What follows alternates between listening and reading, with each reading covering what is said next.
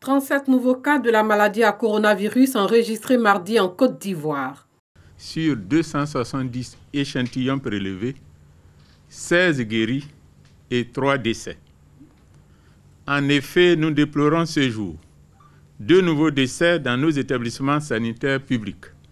Il s'agit d'un sujet de 71 ans présentant une cardiopathie et d'un autre de 76 ans hypertendu. Et le décès d'un patient de 21 ans dans un établissement sanitaire privé. Le ministère de la Santé et de l'Hygiène publique présente ses condoléances aux familles attristées. À ce jour, la Côte d'Ivoire compte donc 916 cas confirmés, dont 303 personnes guéries et 13 décès. 5000 échantillons ont été analysés depuis l'apparition de la maladie à coronavirus par l'Institut Pasteur de Côte d'Ivoire. C'est peu avant 11 h que le Boeing 747 a atterri à l'aéroport Félix Houphouët-Boigny d'Abidjan-Port-Boué en provenance de Luxembourg. Dans le ventre de l'avion, 2,6 tonnes de fret composées de 600 000 masques médicaux de protection convoyés par Bouygues, le géant français de la construction. Nous travaillons à essayer d'en faire d'autres, mais c'est le premier. Il est déjà très conséquent et j'espère que ça sera apprécié par les autorités, bien sûr. Mais bien sûr, si on peut faire mieux, on fera mieux. Ces équipements de protection remis aux autorités ivoiriennes viennent soutenir les efforts de la Côte d'Ivoire face à la pandémie mondiale. C'est un don qui va incontestablement contribuer à nous aider, surtout à un moment où on parle de port obligatoire des masques. Après cette rencontre, le ministre Eugène Akaouélé est allé honorer son rendez-vous avec les organisations non gouvernementales évoluant dans le domaine de la santé. Nous sommes sur le terrain, mais nous demandons à notre ministre de tutelle, au gouvernement, de nous épauler.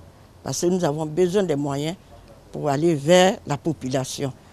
Nous avons besoin aussi de vivre pour aller vers la population. Des difficultés qui devraient être aplanies grâce à l'engagement du gouvernement via son plan de riposte qui monte en puissance. Aujourd'hui, nous sommes en position de dire que le gouvernement a réuni les moyens pour mettre en œuvre le plan de riposte contre le Covid-19 et que toutes les ressources humaines sont attendues pour que nous puissions atteindre les objectifs. Avec ce duo gouvernement-société civile en action, tous espèrent que le Covid-19 n'a pas d'avenir en Côte d'Ivoire. Des gilets jaunes à Maputo, dans la commune de Cocody. Pas pour revendiquer, mais pour sensibiliser les populations au port du cache-nez et au respect des mesures barrières prises par le gouvernement. Une exigence imposée par la crise sanitaire du Covid-19. L'initiative vient des habitants de Maputo. Mais avant le démarrage de la campagne, un briefing de l'équipe s'impose. Pas de brutalité. Vous essayez de leur expliquer le sens du port du masque. Après la mise au point, cap sur le marché. À l'entrée, il faut se plier au lavage des mains. L'équipe se déploie ensuite entre les étals du marché pour une approche directe. La maman, elle a mis cache-nez, c'est bien. Mais elle touche le poisson, elle n'a pas protégé sa main. Quand vous sortez, faites l'effort de parce que c'est pour vous-même votre sécurité et puis pour les autres aussi. La personne qui est infectée, elle a lavé ses mains, l'eau est en train de couler. L'enfant peut venir jouer dedans. Faites l'effort de respecter les mesures. Maman, et pour vous, vous ne croyez pas à la maladie? Mais pourquoi vous ne sortez pas le cache-nez? Vous voyez que nous tous, on ne va pas dire que ça nous écoute. Quand on arrive à la maison, on enlève. Mais au marché, là, tu ne sais pas qui va croiser, tu ne sais pas qui a ça. Difficile de changer les habitudes des personnes, surtout quand ces dernières font la sourde oreille. Il y a des réticences parce qu'il y a des gens qui n'y croient pas. Mais c'est à nous de faire expliquer avec la pédagogie qu'il faut à ces personnes pour qu'elles adhèrent. Parce qu'on se protège, mais on protège tout son entourage. Mais la persévérance des bénévoles commence à porter ses fruits. Au départ, il y avait des difficultés de porter le cache-nez. Maintenant, après plusieurs passages, ils ont compris l'utilité de porter le cache-nez. Voilà. Maintenant, eux-mêmes, ils sont à l'aise. La sensibilisation va se poursuivre à travers les artères de ce marché. Mais la crise sanitaire du coronavirus a fortement fragilisé les ménages. Tous ceux qui se débrouillaient dans les sociétés, ces gens ont été libérés de ces sociétés et sont livrés à eux. Avec quel argent on peut payer les cache-nez chaque jour? Même pour manger à la maison, c'est devenu compliqué. Donc le peu d'argent qu'on gagne, on ne peut pas mettre ça dans cache-nez. Le gouvernement n'a qu'à faire quelque chose pour distribuer les sacs de riz. Si on est malade, peut-être que le gouvernement va nous prendre en charge. Mais si on a faim, le gouvernement ne nous voit pas. Il ne peut pas nous prendre en charge. Les habitants de Mputo, eux, appellent à l'aide de tous. À l'annonce de cette maladie, les jeunes se sont mobilisés. Les femmes se sont mobilisées.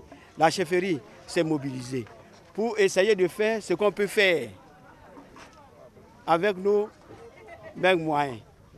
Mais puisque la perfection n'est pas de ce monde, nous demandons aux voies autorisées de venir vraiment en aide au village d'Mputo. Mputo est un passage pour les usagers venant de la commune de Cocody qui veulent relier les communes de Marcory et de Koumassi par voie lagunaire. Les bénévoles de Mputo veulent par leur action protéger le village du Covid-19. Marchés, rues, ruelles, abords et intérieurs de certains lieux de culte de la commune d'Abobo pulvérisés. Cette action de la municipalité s'inscrit dans le cadre de la lutte contre la propagation de la maladie à coronavirus. Représentant le premier magistrat de la commune, Ouattara Brahima, adjoint au maire, est allé constater le travail sur le terrain. Occasion pour lui de sensibiliser les populations au strict respect des mesures barrières prises par le gouvernement avant de leur expliquer les principes de base de protection contre la maladie du Covid-19. La première action, c'est la sensibilisation de nos populations. Appliquer les mesures barrières. La deuxième action, c'est la désinfection de tous les lieux publics. Ouattara Brahima a invité les populations à croire à l'existence de cette pandémie à coronavirus qui fait de nombreuses victimes dans le monde. Cette action de la municipalité et les propos du représentant d'Ahmed Bakayoko, maire de la commune d'Abobo, salués par les habitants qui promettent respecter les gestes barrières. On remercie le maire, ce qu'il fait pour nous, qu'il continue à faire pour nous, que Dieu lui donne la santé. En tant qu'un religieux, nous sommes là aujourd'hui pour prier pour l'État et pour la mairie et pour en tout cas tout le gouvernement, Inch'Allah, que Dieu leur donne la force de vraiment combattre le Covid-19 et que Dieu bénisse la Côte d'Ivoire et qu'il protège les Ivoiriens, Inch'Allah. Après les marchés et les lieux de culte, la ferraille d'Abobo située à l'entrée de la commune sera désinfectée à son tour pour le bonheur des artisans ferrailleurs et des populations de ce secteur. De la préfecture de région au Minage en passant par le marché de Seweke, les hommes de culture de San Pedro apportent leur contribution dans la lutte contre le Covid-19. Une sensibilisation de proximité sur les gestes barrières comme le lavage régulier des mains, le respect de la distance d'1 mètre entre les personnes ainsi que le port de masque. De porte à porte, cet exercice est répété. Évitez de vous saluer, évitez de vous embrasser et n'oubliez surtout pas de toujours laver vos mains et aussi d'avoir un masque de protection pour le nez. Je dis à toutes les femmes du marché de se protéger, laver les mains pour être épargnées de cette maladie. Nous, en tant qu'acteurs culturels, d'abord nous sommes en premier les plus touchés, mais parce que nous avons envie que cette pandémie-là finisse le plus tôt possible afin que nos activités reprennent, nous avons décidé de nous mettre ensemble pour apporter ce que nous avons comme contribution à la population suivie de sensibilisation. C'est vraiment très important que chacun à son niveau joue son rôle, les acteurs culturels, les opérateurs économiques et tout le monde. San Pedro fait partie des villes de l'intérieur touchées par la pandémie du coronavirus.